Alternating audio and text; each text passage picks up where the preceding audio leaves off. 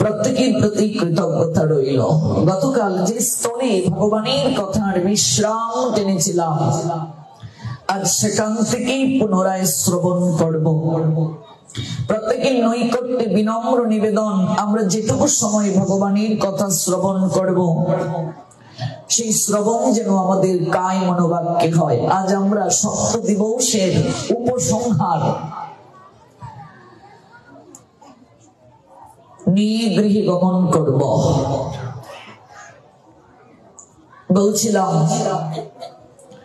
ঘন শ্রাবণ মেঘের মতো রসের ভারী নম্র নত, একটি নমস্কারী প্রভু, একটি নমস্কারী, সমস্ত মন পড়িয়া থাক তব ভবন দ্বারে। ঋষি কবির এই গীতাঞ্জলির অমর প্রার্থনার মধ্য দিয়ে গতকালের অপ্রাকৃত তত্ত্ব কথার বিশ্রাম টেনেছিলাম। ঋষি কবি জানিয়ে দিলেন, শ্রাবণে যেমন বরিশন হয়, অবারিত বাড়ি ধারা বর্ষিত হয়, আমি যেন এমন করে নিজেকে, হে প্রভু তোমার চরণে আমি সঁপে দিতে পারি, এমন করে যেন আমার দেহ মন শ্রাবণের অবারিত বর্ষণের নিয়ায় ঝরে পড়ে তোমার চরণে। বৃক্ষ রাজিতে যখন ফল ধরে, ফলের ভারে যেমন বৃক্ষ নত হয়, বৃক্ষ কখনো অহংকারী মত্ত থাকে না, বৃক্ষ কখনো বলে না যে সমগ্র ফল আহরণ করে নিয়ে যাচ্ছ, আমার জন্য দু একটা ফল রেখে যাও, একথা কিন্তু বৃক্ষ বলে না।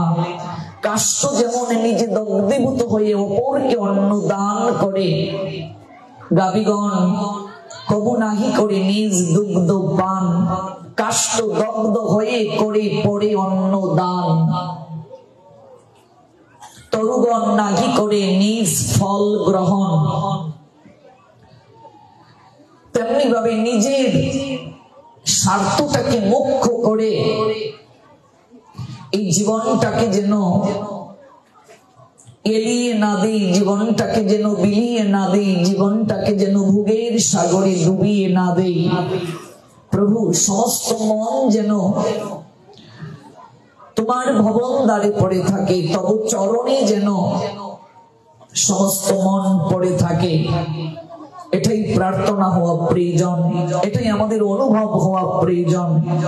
হংস যেমন মানুষ যাত্রী, তেমনি সারা দিবস রাত্রি একটি নমস্কারী প্রভু, একটি নমস্কারী, সমস্ত প্রাণ উড়ে চলুক মহামরণ পারে।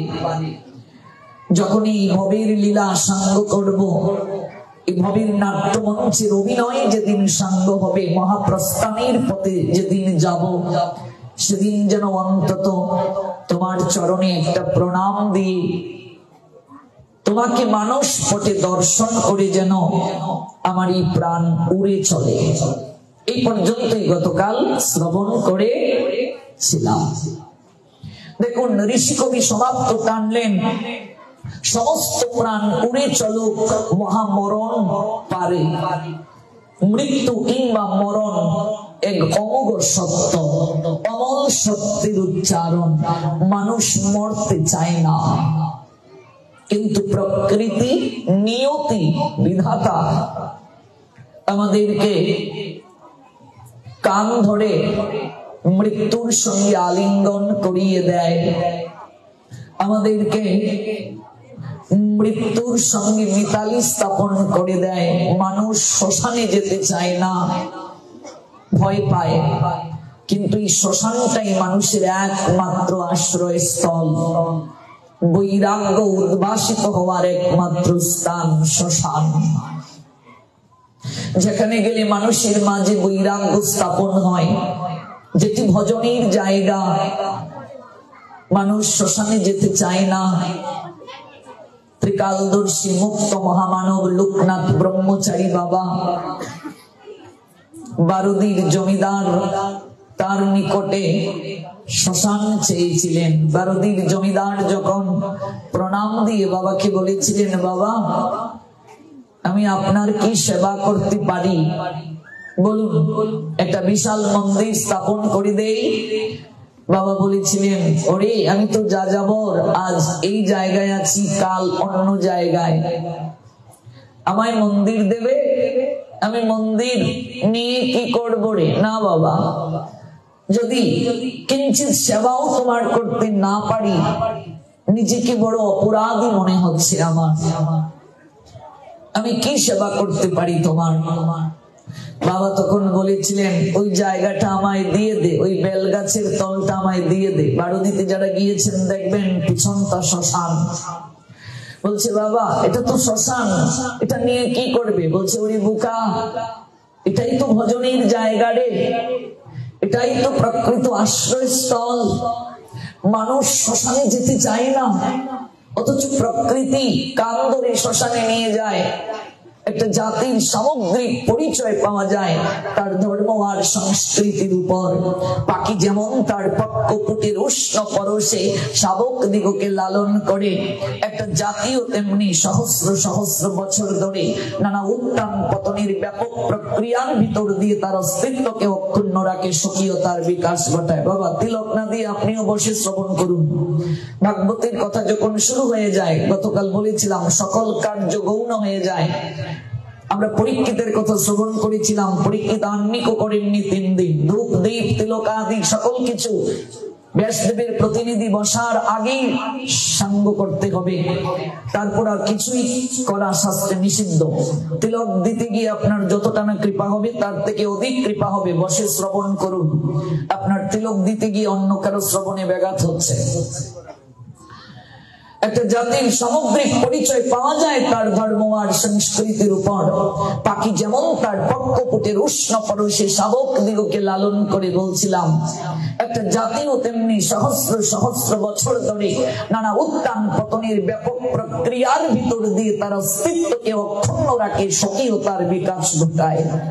আমাদের সংস্কৃতি, আমাদের সভ্যতা অতি প্রাচীন, এর উপর দিয়ে মাঝখানে কত ঝড় বয়ে গেছে, কত বৈদেশিক সভ্যতা শতাব্দীর পর শতাব্দী এর উপর প্রভাব বিস্তার করেছে, কিন্তু সে সকল বাধা বিপত্তি কাটিয়ে আমাদের সংস্কৃতি, আমাদের সভ্যতা আজও চিরদণ্ডায়মান।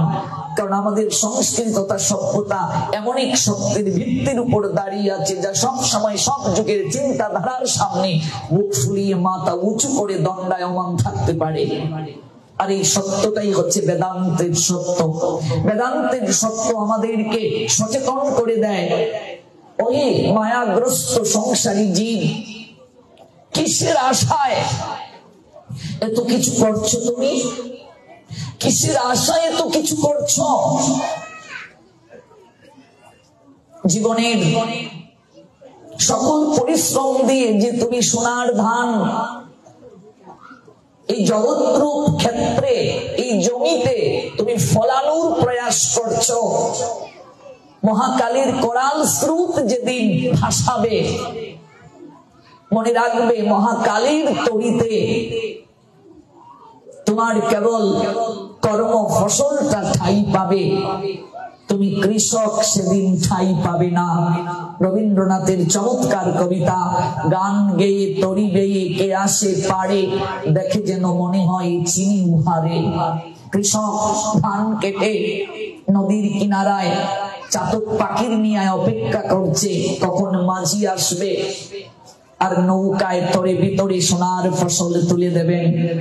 নৌকায় সোনার ফসল তুলে দেয়া হলো, এবার কৃষক বলছে, ও মাঝি আমারে লহ করুণা করি। মাঝি বইটা হাতে নিয়ে নৌকাটাকে ভাসিয়ে যেতে যেতে বলল, ঠাই নেই ঠাই নেই ছোট সে তরি, আমারই সোনার ধানে গিয়েছে ভরি। কি চমৎকার কবিতা, ভাবা যায়। রবি ঠাকুর সাধারণ কোন কবি নয়, ঋষি তিনি, ঋষি ঋষি কবি। জানিয়ে দিলেন, শোনো সোনার ফসল কর্ম ফসল কেবল মহাকালীর তরিতে ভবের ঘাটে তরিতে কেবল স্থান পায়। আর যে এত কষ্ট করে সারা জীবন পরিশ্রম করে ফলায় এই দেহরূপ কৃষক সেখানে ঠাঁই পায় না। এই দেহটা এখানে পড়ে থাকে, কয়েক ঘন্টার আগুনে ধাউ ধাউ করে জ্বলে, সকল অহংকার শেষ হয়ে যায়। মৃত্যু এক অমল সত্যের উচ্চারণ, মৃত্যুর সঙ্গে সত্যতা স্থাপন সবাইকে করতে হয়, সবাইকে করতে হবে। এর থেকে বের হওয়ার কোনো উপায় নাই। এই বিশ্ব প্রকৃতির চিরায়ত রীতি অনুসারে পৃথিবী জুড়ে চলছে পালা বদলের খেলা। তাই সে খেলার সুপান বেয়ে একদিকে যেমন বেজে উঠে আগমনী সুর, ঠিক তেমনি সময় অন্যদিকে বেজে উঠে বিদায়ের করুণ সানাই। আগমনী সুরের নৃত্যের মূর্ছনায় অমোঘ ঘন আনন্দের বশবর্তী হয়ে আমাদের চঞ্চল মন ময়ূরের পাখার মতো পেখম তুলে নাচে। নতুনকে বরণ করে নেওয়ার নিমিত্তে আমরা কতই না আনন্দে বিভোর হই। আবার পুরাতনকে বিদায় দিতে গিয়ে আমাদের এই চিত্ত বিষাদিত হয়, বিষাদ অর্ণবে ডুবে যায়, বিষাদ রত্না করে সাঁতার কাটে। একদিন কাঁদে, দুদিন কাঁদে, 3 দিন পর আর কাঁদে না। দিনে দিনে মাস যায়, মাসে মাসে বছর। আজ যার জন্য কাঁদছে এমন একদিন সময় আসে ভুল ক্রমেও তার নামটি আর স্মরণ করে না। এই নাম বন। ও বাবা, আপনার দাদুর বাবাকে কদিন আপনি মনে করেন? এই জগৎ সংসারে কি তার অবদান নেই? আপনার শরীরে কি তার অবদান নেই? আপনার সংসারে কি তার অবদান নেই? কিন্তু কদিন আপনি তাকে মনে করছেন? এমন একদিন সময় আসবে ভুল করেও কেউ তার নামটি আর স্মরণ করবে না। এই নাম জীবন। জীবন স্বল্পায়ত, বড্ড বৈচিত্র্যময়। এই জীবনকে অনুভব যে করতে পারলো না, জগৎ জীবনের সঙ্গে এই জীবনের যে সাক্ষাৎকার ঘটাতে পারলো না, তাকে মানুষ বলা যায় না। সে মানুষ নয়। মনরে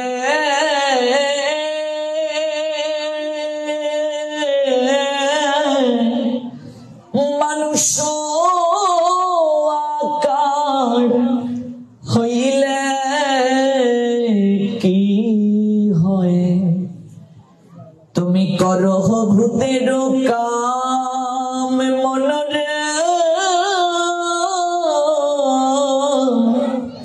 তুমি করহ ভূতের কাম। তোমার মানুষ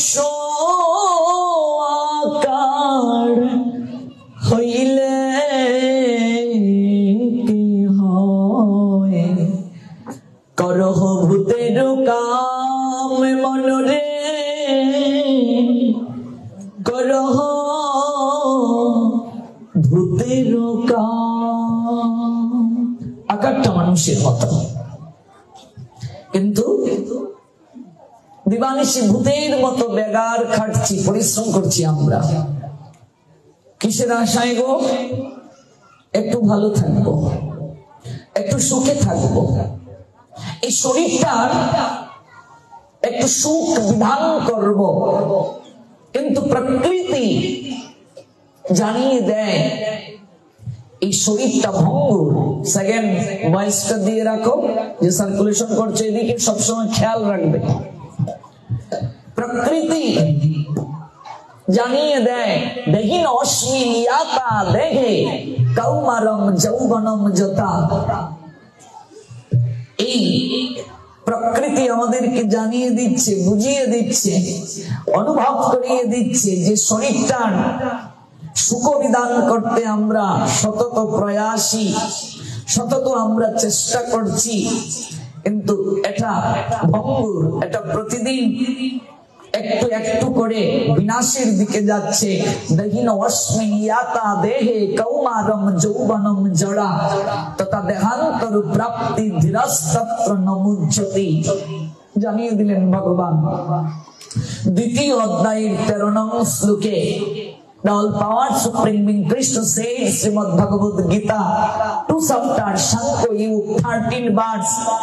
As the embodied soul continuously passes in this body, from boyhood to youth to old age, the soul similarly passes into another body. A smart person is not bewildered by such a change. Jagati jara sthito pragya ব্যক্তি, জগতে যারা বুদ্ধিমান বিচক্ষণ যারা, তারা উপলব্ধি করতে পেরেছে, জানতে পেরেছে, বুঝতে পেরেছে এটা প্রকৃতির বিধান।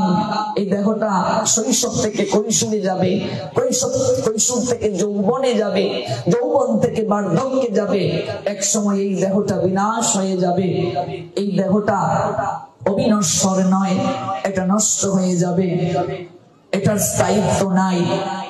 প্রতিনিয়ত দেহটা পরিবর্তন হচ্ছে, একটু একটু করে আমরা মৃত্যুর দিকে ঝুঁকে পড়ছি। যারা অনুভব করতে পেরেছি তারাই মানুষ। এই সঠিক তত্ত্ব যত শীঘ্র আমরা বুঝতে পারবো ততই আমাদের মঙ্গল হবে, আর যত শীঘ্র আমরা বুঝবো না ততই আমাদের কষ্ট, ততই আমাদের দুঃখ, ততই আমাদের যন্ত্রণা। এই জগৎটা মৃত্যু লোক, এখানে কেউ বাঁচবে না, বাঁচার জন্য কেউ আসে নাই। অতীতে ছিল না, বর্তমানেও কেউ থাকবে না, ভবিষ্যতেও সম্ভব নয়, কারণ এটা মৃত্যু লোক। প্রত্যেকটা বাড়ি মরা বাড়ি, প্রত্যেকটা বাড়ি মরা বাড়ি, মরতে হবে একদিন। প্রকৃতি আমাদেরকে মৃত্যুর দিকে নিয়ে যায়। জাতস্যহি ধ্রুব মৃত্যু ধ্রুবং জন্ম মৃতস্য চ তস্মাৎ অপরিহার্যে অর্থে নতম শুচিরতম মহর্ষি। ভগবান জানালেন 2য় অধ্যায়ের 27 নং শ্লোকে, যার জন্ম হয়েছে তার মৃত্যু অবশ্যম্ভাবী। কর্মানুযায়ী আবার দেহ প্রাপ্ত হতে হবে। বিষ্ণু পুরাণের ভাষায় জলজা নবলাক্ষণী স্থাবরা লক্ষ্যবিংশতি ক্রিময়া রুদ্র শঙ্খকা পক্ষিনাম 10 লক্ষণাম 30 লক্ষজ্ঞানী পশব জন্ম 4 লক্ষানি মানুষা। কর্মানুযায়ী আবার ঘূর্ণায়মান জন্ম মৃত্যুর চক্রাকারে আসতে হবে। যত